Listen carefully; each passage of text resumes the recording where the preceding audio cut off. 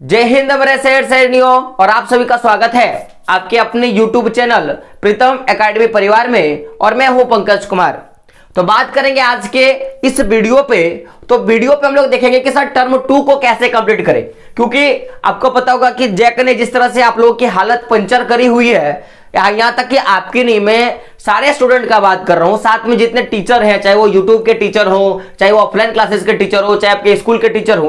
तो जिस तरह से जैक बोर्ड ने आपके टायरों को पंचर किया है ना, लगता है कि जिस तरह फोन आने से फोन को कट कर दिया जाए, यानी कि फोन का हम लोग गला घोंट देते हैं ना, उस तरह मुझे लग रहा है कि अभी के सरकार का मैं वो कर दूं। ठीक है, आपको समझ में आ रही है कि मेरी फीलिंग क्या है। तो अभी फिलहाल हम लोग बात करेंगे कि टर्म 1 का जो हाल होना था सो हो रहा है, उस पे नहीं बोला गया कि उस पे माटी डाल दो, ठीक है। लेकिन अभी हम लोग का काम क्या रहेगा कि टर्म 2 को कैसे हम लोग बेहतर कर सकते हैं, ये हमारे पास एक सवाल है। और इसके लिए बहुत सारे बच्चों ने सवाल पूछा था कि सर टर्म 2 को कैसे बेटर कर सकते हैं, यानी कि टर्म 2 का स्ट्रेटजी क्या रहेगा, कि किस तरह से हम लोग टर्म 2 को क्या करेंगे, कवर अप करेंगे। इस पूरे के पूरे हम लोग मेंटली बोल सकते हैं, या जो सरकार की नीति का बोल सकते हैं, या जिस तरह से हमारे समाज या हमारे सोसाइटी का जो हम पर प्रेशर होता है, उसको इस टर्म 2 से हम लोग क्या करेंगे, दूर करेंगे। तो बच्चे बोलेंगे कि सर आपने अभी बोला कि समाज का प्रेशर, तो जो बच्चे, मैं बोलूंगा कि 18-20 का सेशन का बच्चा था, जो बच्चा पास हो गया, आप कोरोना के कारण पास हो गया, उनको जाके पूछना तो गांव के या अगल बगल के लोग क्या बोलते हैं कि कितना परसेंट आया 10 में, तो बोलता है कि मान लो कि बोलते हैं 90%। तो उस समय गांव का एक रिएक्शन होता है, लोगों का एक रिएक्शन होता है, हाँ हाँ मुझे पता है तुम्हारा जो रिजल्ट था वो तुमको भीख में मिला है, क्योंकि मुझे पता था कि तुम पढ़ता तो तुमको नंबर इतना नहीं आता। इस तरह की बातें जो होती है। तो अभी फिलहाल हम लोग बात करते हैं टर्म 2 के रिगार्डिंग। तो टर्म 2 में हम लोगों ने जिन भी चीजों के बारे में पढ़ना है, सबसे पहला चीज कि हमें यह देखना चाहिए कि हम भाई कितना घंटा पढ़ रहे हैं, सबसे पहला चीज। दूसरा कि हम लोगों ने जो पीछे जो एक्शन किया था, यानी कि जो टर्म 1 में जो भी हम लोगों ने काम किया था, क्या टर्म 2 में सेम वैसा ही कर रहे हैं, कि जो भी हम लोगों ने वर्क करा था, जो भी अपने स्टडी रिलेटेड जो भी हमने वर्क करा था, उस वर्क के देखते हुए जो भी परिणाम निकला या जो भी रिजल्ट निकला, उसके लिए हम लोग कोई एक्शन ले रहे हैं कि नहीं, इसके बारे में भी बात करेंगे। और दूसरा सबसे बड़ा चीज कि हमारा स्टडी का मैटर कैसा होना चाहिए, हाउ टू स्टडी, किस तरह से हम लोग पढ़ेंगे ताकि टर्म 2 में क्या हो कि अबव से अबव नंबर आ जाए, और जो हम लोगों ने टर्म 1 में गलती करी है वो क्या हो जाए, दूर हो जाए। इसके बारे में बात करेंगे। फिर हम लोग देखेंगे कि भाई सब्जेक्ट जो है हमारे पास, जो भी हमारे पास मुख्य सब्जेक्ट है ना, उन सारों को हम लोग क्या करेंगे, कैसे कंप्लीट कर सकते हैं, उसके बारे में देखेंगे। और फिर देखेंगे कि हमारा लक्ष्य क्या होना चाहिए, अगर हमको जल्दी से हमारा सब्जेक्ट को कंप्लीट करना है तो हमारा एम क्या होना चाहिए, है ना, इसके बारे में भी, या टारगेट के बारे में भी हम लोग बात करेंगे। तो उससे पहले जो लोग चैनल पर नए और फर्स्ट टाइम चैनल पर विजिट कर रहे हो, अगर आपको इसी तरह का वीडियो देखना पसंद है हमारे चैनल से, तो क्या करें, चैनल को सब्सक्राइब कर ले, जो बेल का आइकन होता है उसको भी क्या करें, प्रेस कर दे। तो सबसे पहला चीज कि भाई कितना घंटा पढ़े। लेकिन ऐसा जैक बोर्ड ने क्या किया, सबका मोरल जो है डाउन कर दिया है। एग्जाम नहीं लेने के कारण सभी बच्चों का मोरल डाउन हो गया है। तो एक फ्रेश करते हैं, एक नए चीज के साथ तैयारी करते हैं, क्योंकि आपको पता है कि 15 तारीख से मैं अपने YouTube चैनल पे क्या करूंगा, क्लासेस जो है मैं शुरू कर दूंगा। तो उससे पहले जो भी माइंड में आपकी चल रही थी ना, उन सारी चीजों को मैं दूर करता हूं और नए सिरे से क्या करेंगे, तैयारी करना शुरू करेंगे। तो सबसे पहले कि भाई कितना घंटा पढ़े, तो कितना घंटा पढ़े ये मैं नहीं बताऊंगा, पहले आप मुझे बताओ कि अभी तक आपने कितना घंटा पढ़ा है। अगर मैं आपसे पूछूं कि ये जो फर्स्ट टर्म आपका बीत गया, तो क्या फर्स्ट टर्म में आपने जितने भी घंटे लगाए पढ़ने में, क्या उसमें आपका सब्जेक्ट क्लियर हो चुका है, क्या आपके सारे डाउट्स क्लियर हो चुके हैं, क्या आपने सारा का सारा सब्जेक्ट का नोट्स बना लिया, क्या आपने प्रैक्टिस जो भी प्रैक्टिस सेट है उसको पूरा का पूरा कंप्लीट कर लिया। इन सारे चीजों पे क्या करें, आप मुझे कमेंट करें। तो उसके लिए आप मुझे एक चीज बताएं कि सर कितना घंटा पढ़ा है आपने। मुझे क्या बताना है कि आपने अभी तक जो टर्म 1 पार हो गया, उस टर्म 1 में कितने घंटे तक आप लोगों ने पढ़ा है। तो चलो अलग बात है कि मैंने देखा होगा कि ऐसे, जहां तक मुझे लगता है कि जो बहुत ज्यादा पढ़ते होंगे वो खूब से खूब 4 से 5 घंटे या 5 से 6 घंटे इसी के बीच में पढ़ते होंगे, और जो सबसे कम पढ़ते होंगे वो 2 घंटा 3 घंटा या हो सकता है 1 घंटा, या आपको पता होगा कि अभी जो फ्री फायर और पबजी का जो जमाना आया है वो बच्चों को 0 घंटा भी लेके आ चुका है। तो ये जो 2 घंटा 3 घंटा या 1 घंटा आप लोगों ने पढ़ा है, ये भी आपकी एक पढ़ाई है। तो मैं ये नहीं बोल रहा कि आप 8-8 घंटा पढ़ो, 12-12 घंटा पढ़ो, 15-15 घंटा पढ़ो, ऐसा मेरा कोई बोलने का हक ही नहीं बनता। लेकिन एक चीज जान लो कि जब तक आप पढ़ोगे नहीं तब तक आप लड़ोगे नहीं। सिंपल सा फंड है कि जब तक आप पढ़ोगे नहीं तब तक लड़ोगे नहीं, क्योंकि पढ़ने वाले ही अक्सर सवाल किया करते हैं और जो नहीं पढ़ते वो कभी सवाल किया नहीं करते हैं। क्योंकि समझेगा, मैं सिंपल सवाल बता रहा हूं कि अगर मैं पढ़ाते पढ़ाते मैं कुछ गलत बोल देता हूं तो आपको फटाक से वो चीज कैच हो जाता है। जैसे कि सिंपल सा बात है कि आप क्या करना है, कहीं पार्टी चल रही है और पार्टी पे आप व्हाइट शर्ट पहन के जाना और आपने जो खाया अगर उसका यहां पे दाग लग जाए तो दूर से यह बंदा दिख लेगा कि यार पंकज सर का जो शर्ट है ना उसमें दाग है। तो मेरे को चीज बताओ, मैंने पूरे शरीर पे व्हाइट कपड़ा डाला हुआ है, इंसान को वो नहीं दिखा, लेकिन मेरे बॉडी में वो छोटा सा जो धब्बा था वो दिख गया और इंसान उसी पे मुझको पूरे पार्टी में टाना मारना शुरू कर देंगे। तो सिंपल सा बात है, मैं बोलना क्या चाहता हूं कि आपने जो भी पढ़ा वो अभी तक आपने पढ़ा उसको भूल जाओ और अभी आप कैसे पढ़ रहे हो इस पर डिपेंड करो। क्योंकि अगर आपके सट में या आपके जो भी बॉडी है, जो भी आपने सोचा है, अगर उसमें एक छोटा सा डाउट रह जाता है तो फिर क्या करेगा कि जिंदगी भर वो डाउट आपको ताना मारेगा। बात को समझ रहे हो मैं क्या बोलना चाहता हूं? तो अभी अगर बात किया जाए तो ऐसे बहुत सारे बच्चे क्या करते हैं, पढ़ते समय एक चीज होता है कि आज मेरा वीडियो देखा, बच्चा बहुत मोटिवेट हो गया और मोटिवेट होने के साथ क्या क्या वो बच्चा आज 4 घंटा पढ़ लिया कि सर ने बोला 4 घंटा पढ़ने के लिए, वो घंटा 4 पढ़ लिया। लेकिन कल तो भाई पढ़ा था, आज उसने वीडियो देखा था तो उसका असर एक दिन तक रहता है। तो बच्चा क्या क्या कि अगले दिन क्या क्या 3.5 घंटा पढ़ा। कितना पढ़ा? 3.5 घंटा पढ़ा। अब अगले दिन क्या करता है बच्चा? 3 घंटा पढ़ता है। ऐसे करके उसका ऑन एवरेज घटता जाता है और फिर लास्ट में वो मात्र 2 घंटा करके पढ़ना शुरू करता है। इस तरह उसका एवरेज घट जाता है। मैं ये नहीं बोलता कि आप 4 घंटा पढ़ो, लेकिन अगर आप आज 4 घंटा पढ़ रहे हो तो कल भी आप 4 घंटा पढ़ो और परसों भी क्या करो 4 घंटा पढ़ो। यानी कि पूरा का पूरा जो जितने भी दिन आप पढ़ रहे हो उसमें 4 घंटा ही पढ़ो। या अगर आप 2 घंटे पढ़ रहे हो तो लगातार क्या करो 2 ही घंटे पढ़ो। इस तरह की चीजें होनी चाहिए, क्योंकि जो कंटिन्यू जो चीज होता है, लगातार जो चीज रहता है वो ज्यादा बेटर होता है। अपने खरगोश का और कछुआ का दौड़ के बारे में सुना होगा। खरगोश तो पता है आपको स्पीड दौड़ता है, लेकिन कछुआ क्या करता है? स्पीड नहीं दौड़ता, लेकिन उसकी एक स्ट्रेटेजी थी कि मुझे लगातार दौड़नी है। उसने क्या किया कि स्पीड को बना के रखा और वो दौड़ता रहा। और खरगोश जो था वो कभी स्पीड दौड़ रहा है, फिर कभी सो जा रहा है, फिर कभी दौड़ रहा है, फिर कभी लेट जा रहा है। ये इसका था।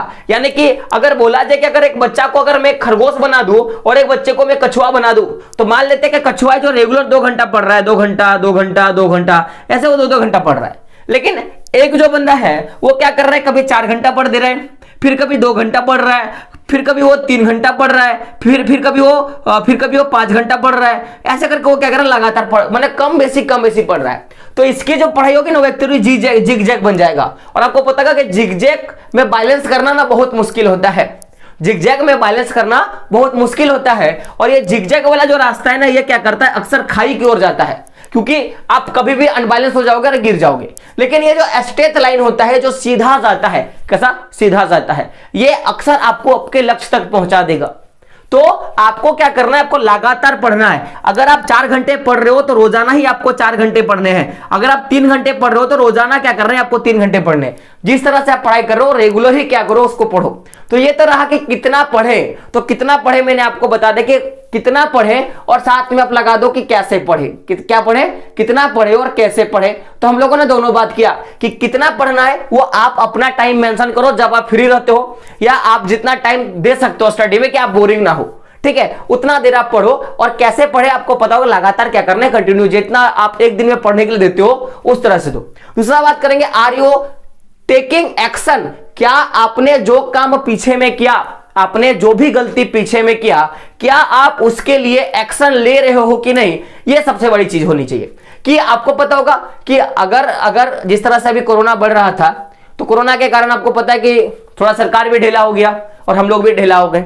तो ये जो ढीलापन था हमारे बॉडी के लिए वो बहुत खराब असरदार साबित हुआ, क्योंकि नहीं हम लोग ठीक से एग्जाम दे पाए और नहीं हमको पता है कि आने वाला जो भविष्य होगा वो हमारा कैसा होगा। यानी कि जो भी हमारा कमिंग फ्यूचर है वो हमारे लिए कैसा होगा, आई डोंट नो, हमको नहीं पता और नहीं आपको पता होगा। तो उसी तरह अगर बात की जाए कि अगर हम लोग बात करें कि जो भी हम लोगों ने पीछे पे गलती किया था, कि बहुत सारे बच्चों का कोर्स खत्म नहीं हुआ था, बहुत सारे बच्चों ने पढ़ाई नहीं किया था, बहुत सारे बच्चे ऐसे थे जो जिन्होंने क्लास नहीं करी, बहुत सारे ऐसे बच्चे होते जो भी कुछ आपने गलती किया। क्या आपने उस गलती से कुछ सीखा है और सीखने के बाद क्या आप उस पर वर्क कर रहे हो? यह सबसे बड़ी चीज होनी चाहिए। क्योंकि मेरा काम क्या है कि मैं आपको बता सकता हूं और आप क्या कर सकते हो, सुन सकते हो। तो ये बताने से लेकर सुनने का ये दोनों जैसा एक जैसा है। लेकिन मैंने अगर आपको कुछ बोला और आपने वो सीखा और सीखने के बाद अगर आप वो चीज करते हो, अगर वो चीज करते हो तब वो एक्शन कहलाता है। सिंपल सा बात है, मैं क्या बोलना चाहता हूं कि मैं इस दीवार को मैं धकेल रहा हूं, मैं इस दीवार को धकेल रहा हूं, तो क्या ये दीवार कोई वर्क कर रही है क्या? आप बोलोगे नहीं। लेकिन मैं एक बॉल रखता हूं और बॉल को मैं प्रेस करूंगा तो बॉल आगे जाएगी। तो मैंने केवल आपको मैंने बोला और आपने कुछ भी काम नहीं किया तो ये वर्क नहीं कहलाया। लेकिन अगर मैंने आपको बोला कि आपको डेली 4 घंटे पढ़ने हैं, आप अगर जैसा कर रहे हो लगातार पढ़ने हैं, तभी जाके क्या होगा कि आप मैंने जो बोला वो आपके लिए वर्क करेगा। दैट्स कॉल्ड एक्शन, कि वो आपके लिए क्या होगा, एक एक्शन का काम करेगा। जैसे गाड़ी में गियर होते हैं ना, गियर, एक गियर, 2 गियर, 3 4 5 पता नहीं 10 गियर के भी आ चुके हैं आजकल। तो उस तरह के जो मैंने बोला और अगर आपने काम किया उस पे तो वो आपके लिए एक्शन होगा। और जब भी किसी वस्तु पे एक्शन होता है तो आपको पता होगा ना कि एक्शन अगर होगा तो वो मूव करने लगता है, वो अपने जगह से क्या होता है कि या तो वो सरक जाएगा या आगे लुढ़क जाएगा या लुढ़कता रहेगा। इस तरह की चीजें जो है देखने के लिए मिलती है। तो मैंने भी जो भी कुछ सिखाया उसका क्या करना है, एक्शन करना है। या आपने जो पीछे गलती करी है कि आपने नोट्स नहीं बनाया था, इस बार नोट्स बनानी है, आपने पीछे पढ़ा नहीं था, आपका सिलेबस पूरे नहीं थे, आपको अभी पढ़ना है। क्योंकि ये आपके लाइफ का सेकेंड चांस है दोस्तों। ये जो टर्म 2 है आपका सेकेंड चांस है। मैं ऐसा क्यों बोल रहा हूं, ध्यान से सुनिएगा कि हमारा जो सोसाइटी है ना हमारा जो सोसाइटी है, इस सोसाइटी में एक परिवेश बना हुआ है कि लोग आपको आपके काम से ना जानकर, जब तक आप पढ़ रहे हो तब तक आपके मार्क्स से आपको आंका जाता है। आपके मार्क्स से आपको आंका जाता है कि आपने जितना परसेंट लाया होगा, चाहे वो चोरी की हो या बेईमानी की हो या किसी भी तरह से लाया होगा। आप अगर पढ़े हो अच्छे से, नहीं होता है कि बहुत सारे बच्चे देखना कि पढ़ते बहुत ज्यादा लेकिन उसका रिजल्ट नहीं आता है, अच्छा वो मार्क्स गेन नहीं कर पाता है। लेकिन एक दो ऐसे बच्चे होते जो पढ़ते कम है लेकिन वो मार्क्स बहुत अच्छे से ले आता है। किस तरीके से लेके आते हैं वो उनका मैटर है। तो सोसाइटी उसी बच्चे को अच्छा बोलती है जो ज्यादा मार्क्स लाया है, जिसके पास ज्यादा नॉलेज है। उससे सोसाइटी को कोई फर्क नहीं पड़ने वाला, आपको कोई फर्क नहीं पड़ने वाला अगर आप अच्छे, आपके पास ज्यादा नॉलेज है। अगर आपके पास नॉलेज अच्छा है और आपका रिजल्ट खराब है तो आप उसके लिए खराब ही स्टूडेंट हो। और अगर आपने खराब पढ़ा है, आपने कोई तैयारी नहीं करी और आपका रिजल्ट अच्छा है तो जाहिर सी बात है कि आप उसके लिए अच्छे बच्चे हो। क्योंकि एक सोसाइटी बना हुआ है हमारे पास कि अगर वो बच्चा पढ़ रहा है, अगर मान लो कि 1-2 बच्चे होते कि रात भर पढ़ते हैं, 12 घंटा पढ़ दिए, 13 घंटा पढ़ दिए, तो उसका चश्मा लग जाता है। चश्मा लगने के बाद भी वो पढ़ता है। और 1-2 बच्चे होते कि पढ़ते नहीं, दिन भर गेम और ये वगैरह करते हैं, ठीक है, लेकिन उसका रिजल्ट अच्छा आ गया। तो कभी सोसाइटी वाला ये नहीं बोलेगा कि जिस बच्चे ने गेम खेल के ज्यादा नंबर लाया, सोसाइटी वाला कभी नहीं बोलेगा। सोसाइटी वाला बोलेगा ना कि ये पता नहीं साला कब पढ़ता था, बहुत अच्छा से पढ़ाई किया तब ना उसका इतना नंबर आया, और तू रात भर पढ़ता था कि तू गेम खेलता था कि तेरा चश्मा लग गया। इस तरह की जो बातें वो बोली जाती हैं। तो जो भी आपने पीछे का वर्क किया था उसको आप देखो कि केवल आपने जो गलती करी है ना उसको क्या करो, सुधारने का काम करो। उसके लिए क्या करो, आप एक्शन लेना क्या करो, शुरू करो। और आपने एक्शन लिया है कि नहीं लिया उसके बारे में क्या करो, आप कमेंट करो। तो ये तो 2 चीजों के बारे में हमने बात किया। अब तीसरा हम लोग बात करेंगे हाउ टू स्टडी। हम लोग भाई अब सेकंड टर्म के लिए स्टडी कैसे करें, ये सबसे बड़ी चीज होनी चाहिए कि स्टडी कैसा करें। तो सबसे पहले चीज कि मैं एक चीज बोलूंगा कि आपको पता होना चाहिए कि आप कौन सा बुक पढ़ रहे हो और आपके एग्जाम में कौन से बुक से क्वेश्चन पूछा जाता है। तो बेसिकली आपको पता होगा कि आप अगर मेरा वीडियो देख रहे हो तो हम लोग एनसीईआरटी बुक से ही पढ़ते हैं। और एनसीईआरटी बुक भारत का सबसे अच्छा किताब है, क्योंकि आप कोई भी कंपटीशन पे बैठ जाओ, चाहे आप ग्रुप डी का एग्जाम दे रहे हो, चाहे आप जैसे होता है 3rd ग्रेड का एग्जाम दे रहे हो, 2nd ग्रेड का एग्जाम दे रहे हो, 1st क्लास एग्जाम दे रहे हो, चाहे आप आईएएस आईपीएस का एग्जाम दे रहे हो, तो उसमें भी एनसीईआरटी बुक ही फॉलो होता है। तो एनसीईआरटी बुक अगर आप फॉलो कर रहे हो तो एनसीईआरटी बुक को फॉलो करो। और आपको पता है कि मैं भी एनसीईआरटी से ही पढ़ाता हूं। तो सबसे पहले स्टडी कैसे करनी है, तो ये पढ़ाई का तरीका आपको पता होना चाहिए। और स्टडी कैसे करनी है इसके लिए सबसे पहले क्या करें कि जो भी एनसीईआरटी बुक है अगर नहीं है तो उसको पहले जुगाड़ कर ले, क्योंकि बुक होना बड़ा इंपॉर्टेंट है। अगर आप युद्ध के मैदान में जा रहे हो और आपके पास हथियार नहीं है तो आप बिना मार खाए वापस नहीं आओगे, मैं ये लिख के बताता हूं। लेकिन अगर आपके पास हथियार है तो आप मर भी जाओगे लेकिन एक आधे को मार के जरूर आओगे। तो उसी तरह एग्जाम में बैठने से पहले सबसे पहले आपके पास बुक होना जो इंपॉर्टेंट होता है। तो सबसे पहले आप एनसीईआरटी बुक को फॉलो करना शुरू करें। आप एनसीईआरटी बुक को फॉलो करें, जिस तरह से आप पढ़ाई करते हो उसके साथ पढ़ाई करें, और साथ में क्या करें कि आप क्या करें, हेल्प बुक भी खरीद ले। हेल्प बुक का मैंने बात क्यों किया, तो हेल्प बुक में क्या होता है कि जैसे कि बहुत तरह के आप ऐसे देखोगे कि मैं बोल सकता हूं जिसको हम लोग क्वेश्चन बैंक बोलते हैं। तो सबसे पहले आप ये तो करें, साथ में क्वेश्चन बैंक भी करना शुरू करें। क्वेश्चन बैंक क्यों करना होता है, क्योंकि आपको पता होना चाहिए कि प्रीवियस ईयर का क्वेश्चन किस टाइप का पूछा गया है। क्योंकि अकॉर्डिंग टू सोसाइटी हम लोग नंबर पे ध्यान देते हैं, नॉलेज पे तो ध्यान नहीं देते हैं। तो अगर हम लोग नंबर पे ध्यान दे रहे हैं तो हमको क्या करना है कि पहले तो हमारा बुक पोर्शन हमको कंप्लीट करना होता है, और बुक पोर्शन के साथ साथ हमारा जो स्मार्ट वर्क होना चाहिए। स्मार्ट वर्क क्या होना चाहिए, अगर मान लो एक सिंपल सा बात मैं बोलना चाहता हूं कि आप कहीं जा रहे हो, आप अपने घर से कहीं जा रहे हो, ठीक है, और आप जा रहे हो और आपको पता था कि आगे पे क्या हो गया, ट्रैफिक हो गया, अगर मैं इस रूट से जाऊंगा, अगर मान लो कि आप ऐसे करके घर से जा रहे हो और यहाँ ये चौराहा है और यहाँ पे आपके 2 रूट है और दोनों रूट आगे जाके क्या होते हैं, कहीं बी पॉइंट पे जाके मिलते हैं, और आपको पता है कि ये जो सीधा वाला रास्ता है ना, मैं इस पे जाऊंगा तो मुझे यहाँ पे ट्रैफिक मिलेगा और मैं आगे नहीं जा सकता। अगर आपको पहले से पता हो तो आप क्या करोगे, थोड़ा इधर जाके आप इधर मूव करके आप उस जगह पे पहुंच सकते हो कि ये रास्ता पूरा का पूरा खाली था, आपको पता चला तब। और अगर नहीं पता होता तो आप भी जाके क्या होते, इस जाम में फंस जाते। यानी कि सिंपल सा बात है कि हेल्प बुक क्या करती है कि आपको ये जो जाम है ना, जाम इसको क्लियर करने का काम करवाता है। कि ये जो हेल्प बुक होता है, जिस तरह का आप देखोगे कि शर्मा आगे से आ गया है, वर्मा आगे से गोल्डन बुक है, या अलका का बहुत सारा का बुक आता है। तो क्वेश्चन बैंक से क्या करें, पढ़ना शुरू करें। तो क्वेश्चन बैंक जब आप यहां से बुक क्वेश्चन कर लोगे, साथ में क्वेश्चन बैंक वगैरह से क्वेश्चन मार लोगे, तो आपको पता चल जाएगा कि इस बार किस टाइप के क्वेश्चन पूछे जाएंगे और मुझे किस टाइप के क्वेश्चन करने हैं। तब क्या करोगे, आप ये रास्ता में नहीं जाके कोई क्लियर रास्ता से जाओगे और आप अपने जो आपका एम है वहां तक पहुंच जाओगे। तो वो भी आपको साथ साथ में क्या करने हैं। और साथ में आपको यह भी लेके चलना है कि जो भी आपके अगले साल के टॉपर थे, क्योंकि देखो रेस में सब दौड़ता है, मैं सीधा जानता हूं, लेकिन रेस में अगर मान लो कि एक यहां से शुरू करके ये एंड पॉइंट है, ये आपका फिनिश लाइन है, तो सब लोग यहां से दौड़ना शुरू करेंगे। अगर मैं यहां 10 लोग बैठा हूं, 10 लोग यहां आने का ट्राई करेंगे, 1000 लोग, 1000, 2, 3, मैं सबको बोल रहा हूं, जितने लोग दौड़ने का ट्राई करेंगे सब यहां पे आएंगे। लेकिन जीतेगा वही जो सबसे पहले आएगा, जीतेगा वही जो सबसे पहले आएगा। तो सीखना किसे चाहिए, जो पीछे वाला बंदा है, कि मान लो कि आप इस जगह पे हो, एक आदमी यहां पे है और यहां पे है, तो सी पहुंच गया और आप ए के पास हो, तो क्या आप बी से सीखोगे कि सी से सीखोगे? आप किससे सीखना पसंद करोगे, बी से जो रेस को जीता नहीं, या डी से जो रेस में दौड़ा ही नहीं? या मेरा बोलने का मतलब है कि आपको अगर पढ़ना है और आपको रेस में टॉपर करनी है, आपको आपके एग्जाम में टॉपर करनी है, तो आप किससे सीखोगे? या इससे जो केवल पास हुआ है, जो एग्जाम नहीं दिया है, या जो टॉपर किया, आप किससे सीखोगे? जाहिर सी बात है कि जो टॉपर होगा उससे सीखने का ट्राई करोगे। तो साथ में क्या करो कि जब भी आप हेल्प बुक खरीदो तो आप आपके टॉपर जो है उनका भी क्या करो, क्वेश्चन क्या करो, निकाल लो। क्योंकि देखो अभी आजकल डिजिटल जमाना हो गया है, आपको उनके लिखे हुए हैंडराइटिंग के क्वेश्चन मिल जाएंगे। जैसे कि आपका एग्जाम होता है, एग्जाम में जिस तरह से वो लिखता है वो पूरा का पूरा कॉपी आपको मिल जाएगा, और वहां से भी क्या करते हो, आप पढ़ाई कर सकते हो और लिखने का जो तरीका है उसको पूरा का पूरा कंप्लीट कर सकते हो। तो ये तो बात रहा एनसीईआरटी बुक का, हेल्प बुक का। साथ में क्या करें, जो भी आप पढ़े उसको क्या करें, नोट्स बनाना शुरू करें, क्योंकि नोट्स बहुत इंपॉर्टेंट होता है लाइफ में। नोट्स बहुत इंपॉर्टेंट होता है, क्योंकि अगर मैं देखूं अपने चीज में, तो मैंने हर एक चीज का नोट्स बनाया था। मैथ, हिंदी या एसएसटी का बात कर लो, इंग्लिश का बात कर लो, मैंने सबका नोट्स बनाया था। और वो नोट्स क्या करता है कि आपको शॉर्ट टाइम में पढ़ने के लिए वो प्रिपेयर कराता है। कि मान लिया जाए कि 7 दिन बाद आपका एग्जाम है, आज से 7 दिन बाद एग्जाम है, तो क्या आप पूरे के पूरे किताब के सिलेबस को बुक के साथ रीडिंग कर सकते हो? क्या एनसीईआरटी बुक को पूरे के पूरे रीडिंग कर सकते हो? इट इज पॉसिबल है क्या? नहीं है, ये पॉसिबल है ही नहीं। लेकिन आपका जो नोट्स रहेगा वो नोट्स को आप क्या कर सकते हो, 7 दिन में पूरा का पूरा क्या कर सकते हो, नोट्स का गला घोट सकते हो। क्या कर सकते हो, नोट्स का गला घोट सकते हो। तो यानी कि नोट्स बहुत इंपॉर्टेंट होनी चाहिए। तो नोट्स कैसा किया जाए, ये सबसे बड़ी बात होती है।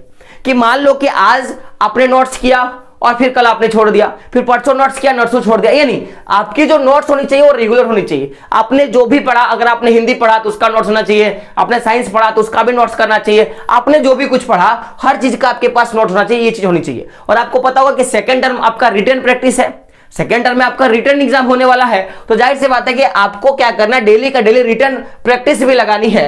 तो पहला तो एनसीईआरटी बुक फॉलो करें, हेल्प बुक से क्या करें, अपने आप को तैयार करें, नोट्स तैयार करें और साथ में क्या करें, डेली रिटर्न प्रैक्टिस करें। तो बहुत सारे बच्चे मुझे बोलते हैं कि सर मेरे जो सीनियर है या मेरे जो भैया है या मेरी जो दीदी है उनका मेरे पास नोट्स है, तो वो नोट्स उनका है, वो नोट्स आपका नहीं है।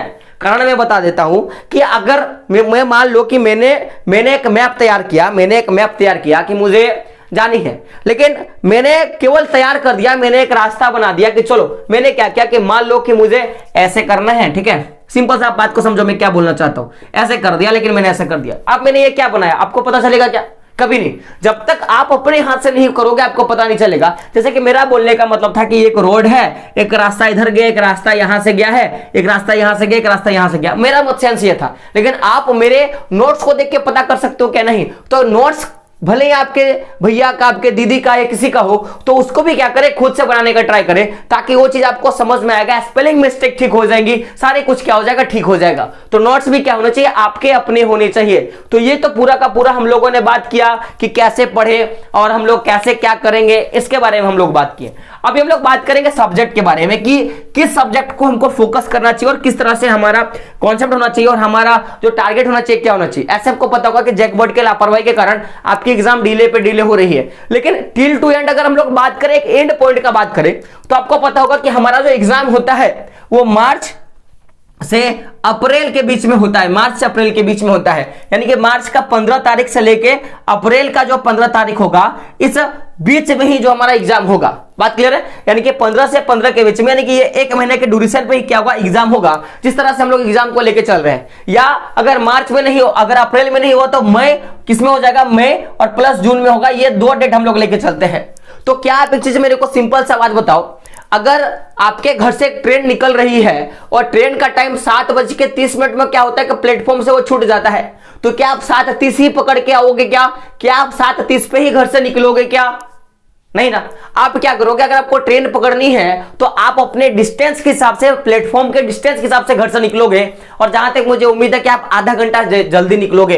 तो ये लास्ट पॉइंट को लेके हमको नहीं चलना है कि मई जून में एग्जाम होगा। मान लेते हैं कि हम लोग का मार्च अप्रैल में एग्जाम होगा, उसी हिसाब से क्या करना है कि हमारी स्ट्रेटेजी, हमारा रूटिंग या हमारा प्लान जो हो वो बनना चाहिए। किसके हिसाब से मैं बात कर रहा हूं, अप्रैल और मार्च और अप्रैल के हिसाब से। तो बात करते हैं, समझिएगा।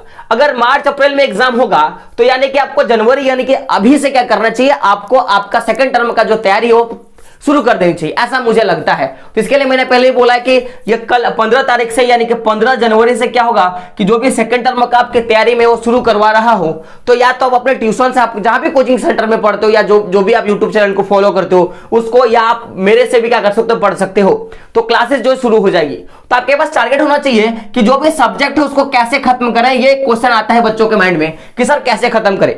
तो मिनिमम आपको एक टारगेट लेना चाहिए कि जनवरी से फरवरी, यानी कि 15, मान लेते कि कल से मैं पकड़ लेता हूं, तो 15 जनवरी से लेके जो हमारा फरवरी का जो लास्ट रहेगा, फरवरी का जो लास्ट डेट रहेगा, तो फरवरी के लास्ट डेट तक मुझे क्या करने हैं कि मेरे सारे के सारे सब्जेक्ट लगभग खत्म होने चाहिए। जैसे सिंपल सा बात है कि मान लेते हैं कि जिस तरह से सब्जेक्ट बांटा गया है कि मान लेते हैं कि भाई मैथ में मान लेते हैं कि 4 चैप्टर मुझे पढ़ने हैं, साइंस में 3 चैप्टर पढ़ने हैं, एसएसटी में 8 चैप्टर पढ़ने हैं, हिंदी में 2 चैप्टर पढ़ने हैं, या इंग्लिश में मुझे 6 चैप्टर पढ़ने, इस तरह का जो भी है।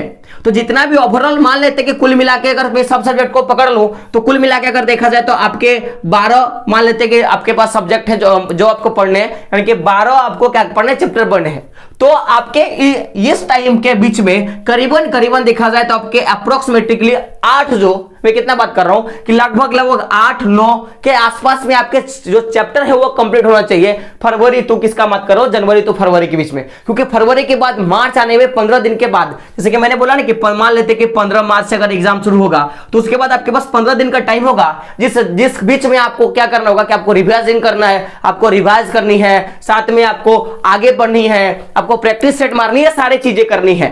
तो अगर आप क्या करते हो कि जनवरी से फरवरी के बीच में आप क्या करना है कि आपको सब्जेक्ट को खत्म करने के होड़ में लग जाना है, क्योंकि उसके बाद कुछ सब्जेक्ट बचेंगे, उसको आप एग्जाम तक भी कंप्लीट कर लोगे तो कोई दिक्कत नहीं होनी चाहिए। तो मोटा मोटी देखा जाए तो ये 3 चीजों पे ज्यादा बच्चे फोकस करते हैं, एक तो मैथ पे, साइंस पे और एसएसटी पे। किस पे? मैथ पे, साइंस पे और एसएसटी पे, ये 3 पे फोकस करते हैं।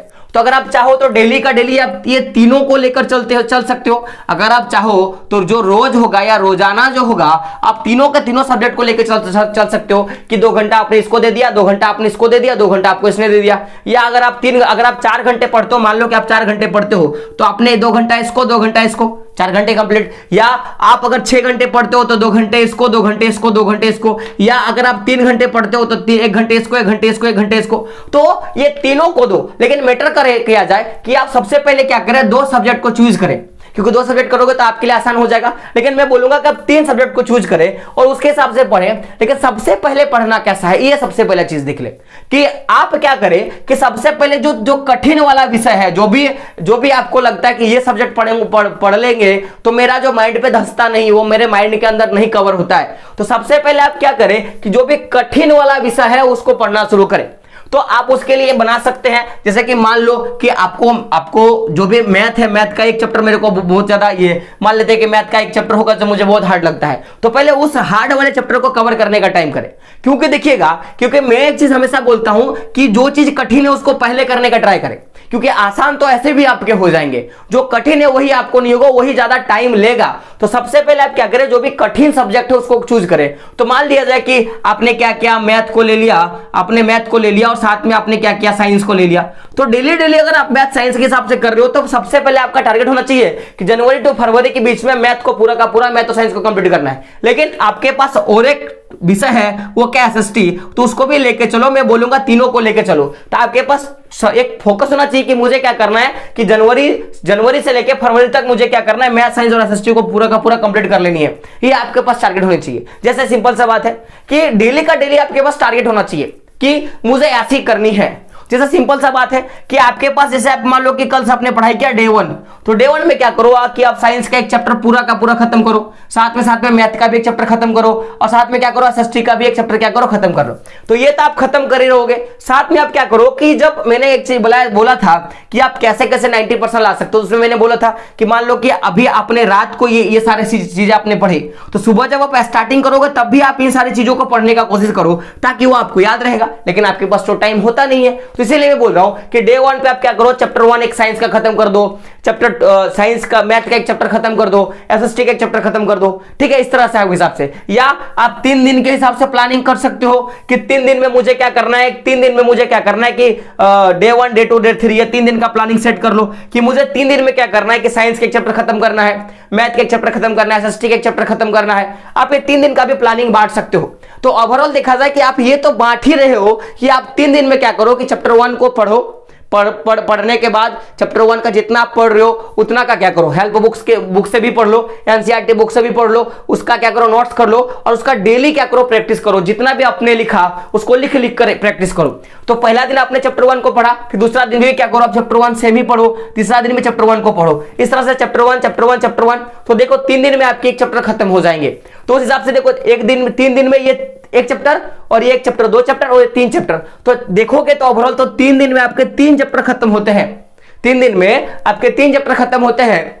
तो उस हिसाब से देखा जाए तो आपके पास, अगर मैं पूरा का पूरा देखूं तो लगभग मान लेते हैं कि आपके पास 45 दिन का समय होगा। लगभग देखा जाए, अगर मैं इसको मान लेता हूं कि 30 दिन का और लगभग 45 दिन का समय जो आपको खर्चा होगा, तो अप्रोक्सीमेटली देखोगे तो 45 दिन में अगर 3 सब्जेक्ट के हिसाब से अगर तीन सब्जेक्ट अगर खत्म होते हैं तो 15 चैप्टर आपके खत्म होंगे। कितना होंगे, 15 चैप्टर खत्म होंगे। और मैं जानता हूं कि टर्म 2 में गिन के ही आपके 15 से 20 चैप्टर जो है बचेंगे। तो आप अपने हिसाब से क्या करो, पूरा का पूरा बांट लो। तो सबसे पहले आपके जो कठिन सब्जेक्ट है उसको चूज करके पढ़ना शुरू करो, और हिसाब से क्या करना है, आपकी पूरी की पूरी तैयारी करनी है। तो ये तो रहा कि किस तरह से आपको स्टडी करना है। इस पे हमेशा फोकस करेंगे कि आपको एनसीईआरटी बुक पढ़नी है, आपको हेल्प बुक से पढ़नी है, साथ में नोट्स बनानी है, और डेली क्या करना है, प्रैक्टिस करना है, क्योंकि ये बड़ा इंपॉर्टेंट होता है। अगर आपको 3 घंटे नॉन स्टॉप लिखने हैं तो करीबन आपको डेली क्या करने पड़ेंगे, पढ़ना पड़ेगा। क्योंकि देखोगे कि बहुत सारे बच्चे जो आर्मी की तैयारी करते हैं, जो पुलिस डिफेंस का तैयारी करते हैं, वो रेगुलर क्या करते हैं, दौड़ा करते हैं। आप कभी दौड़ोगे कभी नहीं दौड़ोगे तो आपका स्ट्रेंथ जो है काम नहीं करेगा। जैसे सिंपल सा बात है कि आप क्लासेस डेली जाते हो और आपके जो टीचर होंगे वो लगातार नॉन स्टॉप आपको 2 घंटे लिखा देते हैं। आप एक दिन बीच में आप गैप करके जाना तो नेक्स्ट दिन आपके हाथ जो है रुक रुक के चलनी शुरू हो जाती है। तो आपको ये प्रैक्टिस जो है डेली करनी है। तो ये पूरा का पूरा रहा कि टर्म 2 को कैसे कवर अप करें। मैं फिर से बता दूं कि कल से हमारी क्या होगी कि जो सेकंड टर्म है उसका पढ़ाई जो शुरू हो जाएगा। तो जो बच्चे चैनल पर नए हैं सबसे पहले तो चैनल को सब्सक्राइब कर लें, क्योंकि मेरे पास दूसरा चैनल है ही नहीं, मैं इसी पे क्या करूंगा, पढ़ाऊंगा। और एक बात कि वीडियो से ज्यादा से ज्यादा लोगों तक शेयर करें और कमेंट में बताएं कि ये वीडियो कैसे लगा। और सबसे बड़ी चीज कि मेहनत तो आप कर ही रहे हो, बस मेहनत को क्या करना, थोड़ा रंग में क्या लाना है, क्योंकि मेहनत सब करते हैं और मुझे पता है कि जो 1 घंटा पढ़ता है वो भी मेहनत करता है, 10 घंटा पढ़ता है वो भी मेहनत करता है, लेकिन जिसने एक्शन पे काम किया, अपने गलतियों पे काम किया, वही बंदा क्या करता है, आगे जाके सबसे अच्छा और सबसे मजेदार इंसान बनता है। और उसका एक बस होता है कि जब तक तोड़ेंगे नहीं तब तक छोड़ेंगे नहीं। तो वीडियो को शेयर करें, अपने उन दोस्तों तक पहुंचा दें जिनको इसके बारे में जरूरी था। तो दोस्तों मिलते हैं अगले वीडियो में, तब तक के लिए और ज्यादा एक चीज भाई, चैनल पर नहीं हो तो चैनल को क्या करें, सब्सक्राइब कर दे। तो जय हिंद, जय भारत, और जब तक तोड़ेंगे नहीं तब तक छोड़ेंगे नहीं।